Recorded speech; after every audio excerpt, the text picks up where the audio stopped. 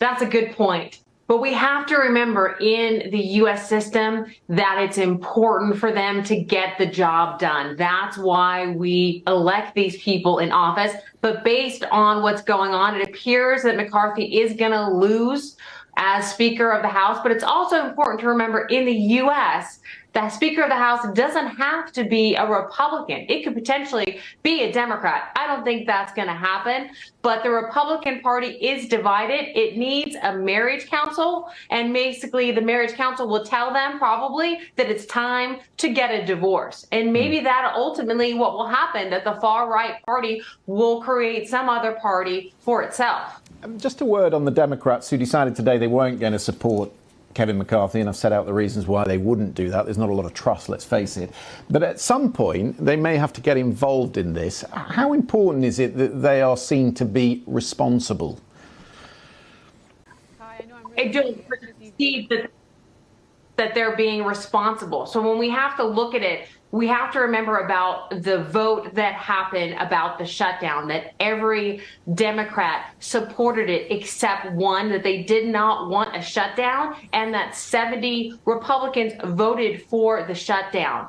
The Democrats want the American people not to have financial problems, and the shutdown would not only hurt the U.S. economy, but would hurt the economy throughout the U.S. The Democrats want to work with the Republicans and continue to try and do so, but this is a creation that the Republican parties have created for themselves by Matt Gaetz getting on the floor and to oust the Speaker of the House. Okay. Well, I want to sort of compare and contrast with what is going on here on the right in the UK. I mean, one of the reasons they struggled to pass a spending bill last week was because Republicans think too little is being allocated to the southern border, at least those on the hard right, and to border control, a theme that the Home Secretary Suella Braverman was picking up today at the Tory party conference in Manchester.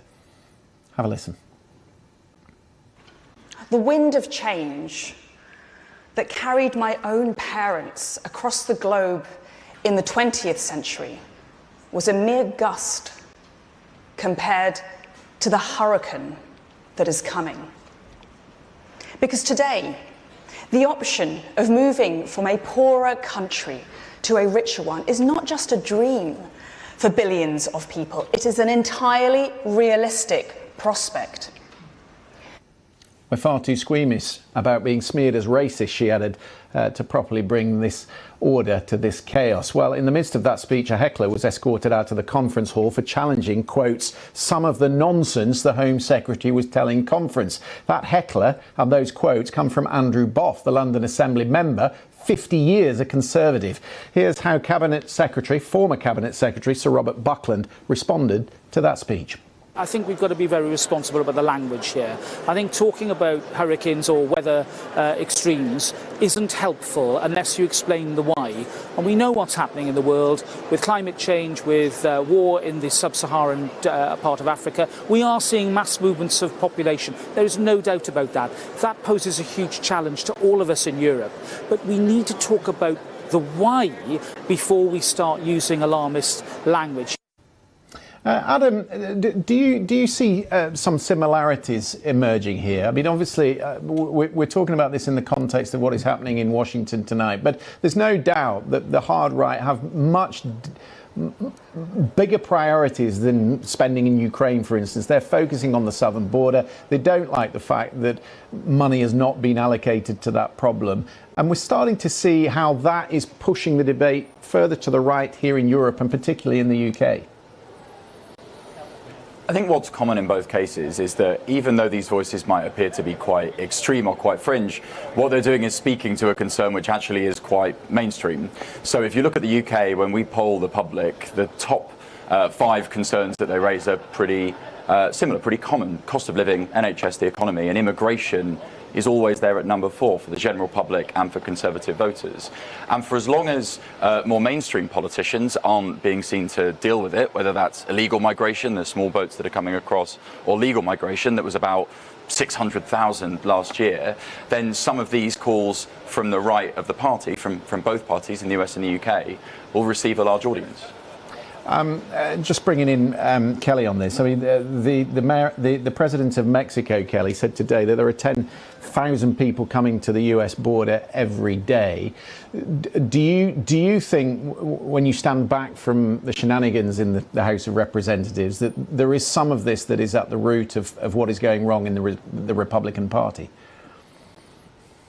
Well, I believe that every country has a right to protect their borders, but there needs to be reasonable solutions. And so we have to look at U.S. history and under what president there was that aided other countries that needed assistance. And that was under Obama, that gave other countries aid in order to assist them due to the financial issues that they had in their country as well. So there should be reasonable solutions, whether you're Republican or Democrat, that can come up with an idea to resolve this situation. Adam, obviously there are deep divisions on the right. There are some who say we're seeing something similar evolving at this Conservative Party conference in Manchester. Fairly lacklustre event, the critics would say. The former leader Liz Truss complaining yesterday that they're losing because her party is not conservative enough. And then we had this.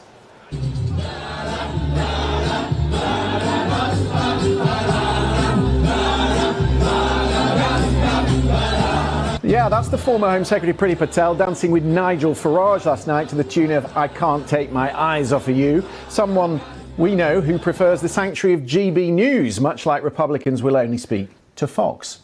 I do also want to welcome some more friends here tonight.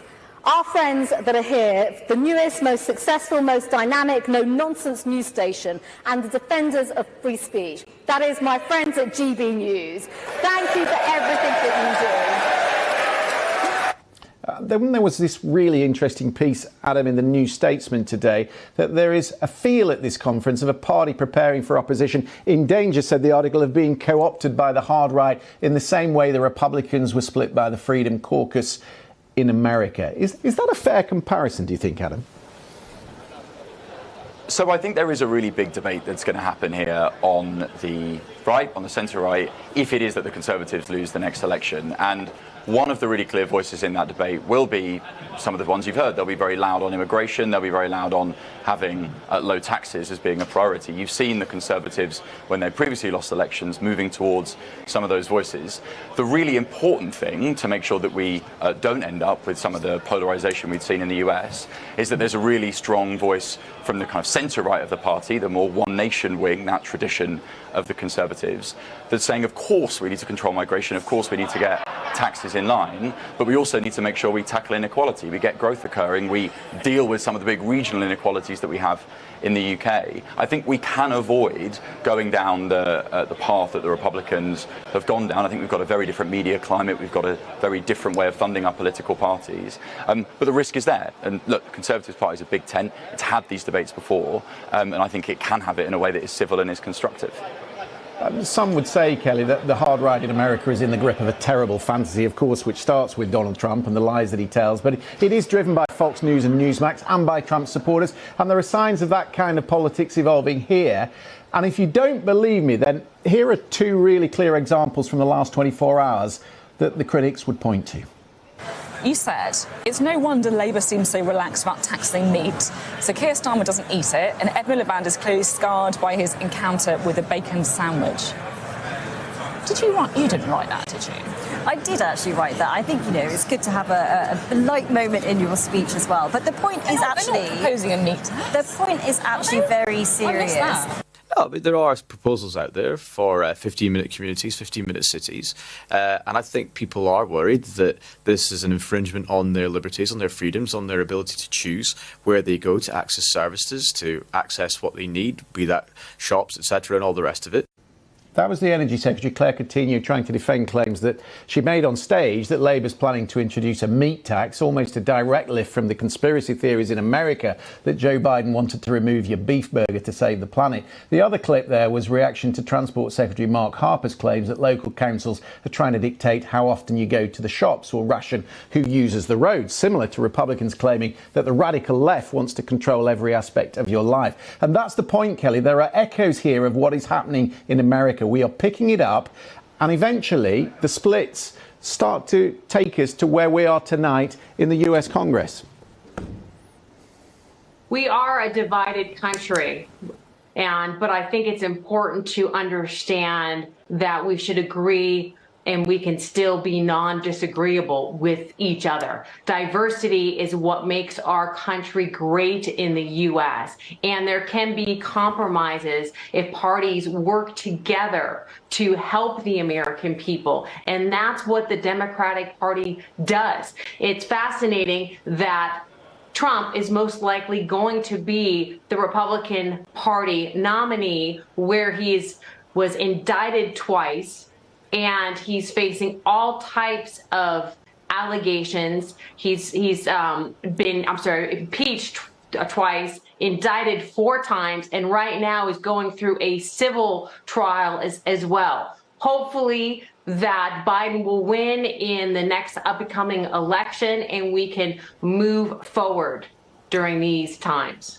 Adam, the reason I bring all this up is because you start to see these splits emerging on the right at this Tory party conference in Manchester. We had Liz Truss yesterday trying to get signatories to reject any budget, I guess, in the spring that doesn't have any tax cuts in it. And that's why it just sort of struck me today when you look at what's happening there in the House of Representatives and what's happening here at the party conference.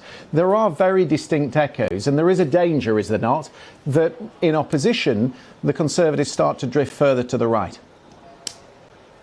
So I think it's really important to distinguish between a couple of things here. Yes, there is a strand of the British Conservative Party that emphasises freedom and low taxes. That has always been there. You saw that in the relationship between Thatcher and Reagan.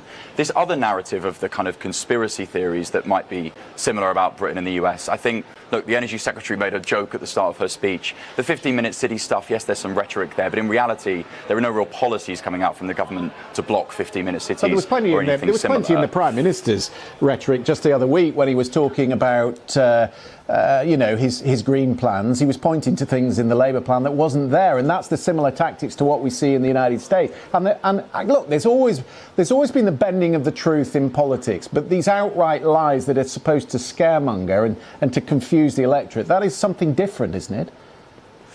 I don't think so. So I think that look, I personally wouldn't have had the long list of things that were scrapped, but I don't think they were lies. I think they were exaggerating what essentially were things in documents in organisations like the Climate Change Committee. They're a reasonable interpretation used for political reasons. Here's the really important point.